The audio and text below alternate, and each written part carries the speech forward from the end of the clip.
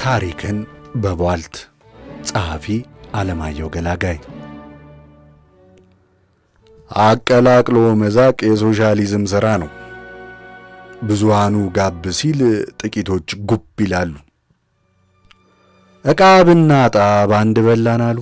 ከተራው ጋር መሰየማቸው የቆጠቆጣቸው የጥንት መኳንንት በሳቸው ወገን ቆመን ሆነን ካየነው አቡ ልክ ናቸው። ይቆጠቁጣል እንጂ እንዴት አይቆጠቁጥ?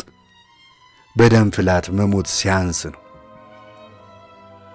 ወዲያ ዘመን ጥለነው ረግጠነው ገርፈነው በቅሎ አስጎትተነው ሸጠነው ያለፍነው ያጎናበስነው ያስደገደግነው በቃ መታጣት አቋራጭ ትከሻውን ከትከሻችን አኳሁኑ ከገበታችን ሊቋደስ ሲሰየም እንዲህ አይደረግም። ብቻ ጊዜው አጣዳፊ ነው። በዚህ ላይ የዕቃ እጥረትም አለ።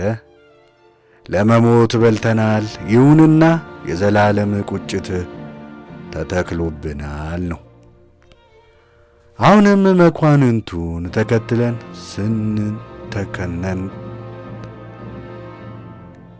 ስንንተከተክ አቀላቅሎ መዛቅ የመጋፊያ ሥራ ነው። ተፈጥሯዊ ማኅበራዊ አደረጃጀት ይህንን አይፈቅድም። ብዙሃኑ እንደ መሠረት ቢነጠፍ በእርሱ መሠረትነት ላይ የሚደረደረው እንደ ደረጃው ድርብርብነት ይይዛል። ድርብርቡን ይይዛል። ልብ በሉ፣ ተፈጥሯዊ ማኅበራዊ ግንባታው ወደ ላይ ከፍ ከፍ ባለ ቁጥር መጠኑ እያነሰ የሚሄድ ነው። የመጨረሻው ጫፍ አንድ ሰው ብቻ የሚያስቀምጥ የሐሳብ ፒራሚድ ይሆናል። በንቦች በዘመሚቶችና በጉንዳኖች ማኅበራዊ አደረጃጀት የፒራሚዱ ቁንጮ ንግሥቷ ናት። ከሷ ስር ወታደሮችና ሠራተኞች አሉ። በመኳንንቶቹ ደግሞ ቁንጮ ንጉሠ ነገሥቱ ነው። እኛ እንግዲህ ከንጉሠ ነገሥታችን በታች እንደ ደረጃችን በሁለተኛው በሦስተኛው አለበለዚያ በአራተኛው ድርብ ዝቅ ብለን እንገኛለን። ይሄ በተፈለገው ሐሳባዊ ግንባታ ቢገለጽ ለውጥ አያመጣም።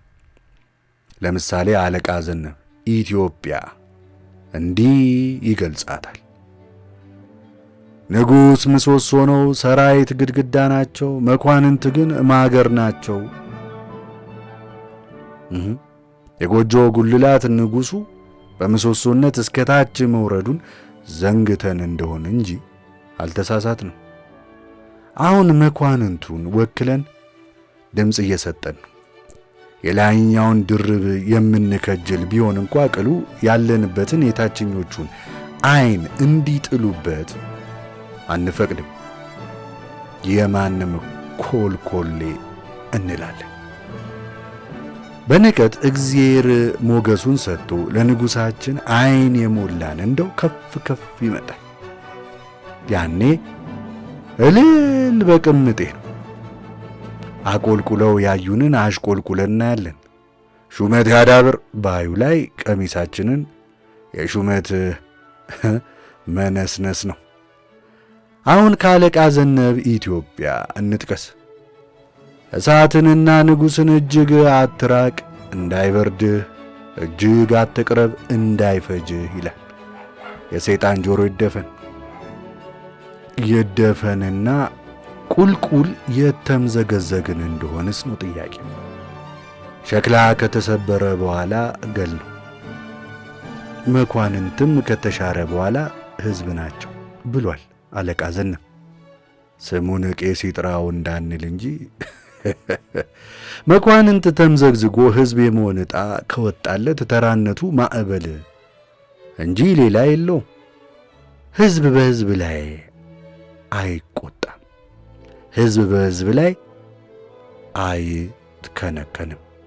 ሕዝብ በሕዝብ ላይ አይተርትም። የትኛው ደረጃ? ዕቃ ብናጣ ባንድ በላን አይሉ።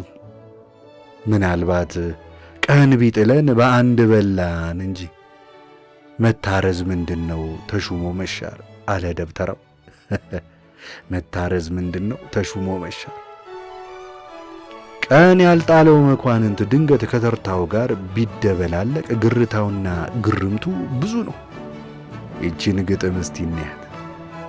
ወይ አዲስ አበባ የሁሉ እኩል አገር፣ የሰው ልጅነቴን የት ቁሜ ልናገር።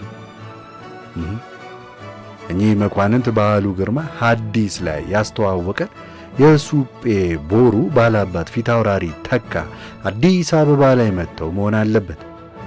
ወይም የዳኛቸው ወርቁ ወይዘሮ አሰጋሽ ድንገት ከጭሰኞቹ መካከል ነቅለው አዲስ አበባ ማን ያውቃቸዋል? ማን ላይ ይዘባነኑ? ማን ጉዳይ ይበላቸው? አንፋሽ አከንፋሽ እንዲህ ይናፍቃል። መገላመጥ ይጠቅማል፣ ይጠማል። መገላመጥ ማንጓጠጥ ይረባል። ግሪንቢጠኝነትን ትንሽ አብርዶልሃል። መቼስ ጨርሶም ባይጠፋ አዎ ለወደፊቱ መንገድ ስንገናኝም ቢሆን ከፊት ለፊቴ ሸረር ብለ መንገዱን ብትለቅልኝ ነውር የለውም። አንዳንዴ እንደሚማልግ ነብር፣ አንዳንዴ እየተፍረገረገ እንደሚለማመጥ ድመት መሆን ያስተሳዝባል። አዎ ፊት ማጥገግ ወይም መሰንገጭም በእኔ አይደለም። ከግንባር ትሕትናን አትጣፉ አደፍርስ ላይ ነው እንዲህ የሚለው። ያሉት በዓይናቸው ላይ የሄደ ወይ አዲስ አበባ የሁሉ እኩል አገር፣ የሰው ልጅነቴን የት ቁሜ ልናገር። ያሉ ይመስለኛል። ወይዘሮ አሰጋሽ አዲስ አበባና አዲስ አበባዎች ያልተዘጋጁ ጎብኚ ናቸውና ሁኔታው ለባህል መጋኛ ካልቸር ሾክ አጋልጧቸዋል። ባለአባቶች ባለ ርስቶች የንጉሳቸው ልግስና የእግዚአብሔር ቸርነት ያልተለያቸው ከመንጋው ጋር ሲጋፉ ማየት ይታመናል። አሽከር በጌታው ላይ የሚንገራገርበት ቦታ የት ተሰምቶ ያውቃል ነው ጥያቄው። በቅሎ ሲወጡ የሚጋርድ አክናፋሽ፣ ከበቅሎ ሲወርዱ ልጓም የሚይዝ አጎንባሽ የሌለበት የለም። አይኔ መሆን አለበት። ያዩትን ይክዱታል። ይሄ ደግሞ የባህል መጋኛ ተማቷቸዋል ማለት ነው። ትንሣኤ ሙታን የታወጀ ይመስል ፍጥረት ከፍጥረት ሳይለይ እንዴት አንድ ጋ ይሰለፋል? ደረጃውስ ማዕረጉስ ከጧት ጧት የመብለጡን ብሂል ምን በላው? አዲስ አበባ የመጥፎ ቀን ምልኪ ናት። አንድ ነበረር ጭሰኛ እንዲህ ብሎ ዘፍኖ ነበር አሉ። ኧረ እኔም ጀነነኝ ባያሌው ጀነነኝ፣ እንዳጤ ሚኒሊክ መሆን እያማረኝ፣ ምሽቴንም ጀነናት ባያሌው ጀነናት፣ እቴጌ ጣይቱን መሆን እያማራት። የነበረሩ ጭሰኛ ቧልት ትንቢት ሆኖ ተቆጠረለት። በአንጻሩ ደግሞ የአለቃ ዘነብ ኢትዮጵያዊ ብሂል በዋዛነት ታየ። ፈረስ በብረት ልጓም ይገታል፣ የሕዝብም ልጓም ንጉሥ ነው። ለደነበረው ሕዝብ ንጉሥ ልጓም ሳይሆን ቀረ። ተቀማጩ እስኪፈናጠጥ በማጓደድ ዘለለ። አለቃ ከባለጌ ፍቅር የንጉሥ ቁጣ ይሻላል ብሎ ነበር። ከባለጌ ቁጣስ ምን ይሻል ይሆን? ጥያቄ ነው። ወይ አንቺ ኢትዮጵያ የሁሉ እኩል አገር፣ የሰው ልጅነቴን የት ቁሜ ልናገር ሆነና ቁጫል። ለመኳንንቱ የፏለለውን ያህል በአደባባይ ተፏለለበት፣ የሸለለውን ያህል ተሸለለበት። ምን ቀረ? አክትሟል። ያለ አግባብ መንደላቀቅ፣ የድሆችን ሀብት መንጠቅ አክትሟል። ለግሌ ብሎ መኖር፣ በወገን ላይ መሽቀርቀር አክትሟል። ደብተራው ዘመን ያነሳው ታላቅ ዜማ እንቅርት ያፈርጣል እንዳለው ነው። አቀላቅሎ መዛቅ የመጋፊያ ሥራ ነው ብለን አልነበረም? እዚህ ላይ ይታረም። አቀላቅሎ መዛቅ የሶሻሊዝም ሥራ ነው። ተፈጥሯዊ ያልነው ማኅበራዊ አደራጀት ፒራሚዳዊ ስልቱን ስቶ የግርንቢጥ ዋለ። ብዙሃኑ ከላይ፣ ጥቂቶች ከስር ሆነው የታችኞቹ ተጨፈለቁ። እግዚኦ እግዚኦ! እልል በይ ሀገሬ!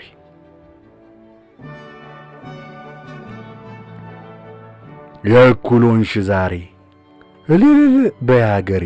የእኩሎንሽ ዛሬ! የእድገትሽ መሠረት የእኩልነት ዓለም ኅብረተሰባዊነት ይለምልም ዘላለም። ሁሉም እኩል ሰርቶ የላቡን ከበላ ምን አለ በምድር ላይ ጥሩ ከዚህ ሌላ። ለሰው መሆን አልፎ ቀርቷል ሌላ ማለም። የሥራ ነው እንጂ የሰው ጣዖት የለም። ድንቄም አሉ ወይዘሮ አሰጋሽ በዳግማዊ ልደት ወይዘሮ አምሳለ ተብለው ባህሉ ግርማ የቀይ ኮከብ ጥሪ ላይ ሲያናግራቸው እንዲህ ይላሉ። ሙቶ ቃሽ አልከኝ፣ እውነትም ሙቶ ቃሽ የወንድ ያለ ነው የምለው። አልገባህም እንጂ ንጉሡን ከስልጣን ለማውረድ የወጣ አዋጅ ቁጥር 1 እዝባር ምን ነበር እቴ?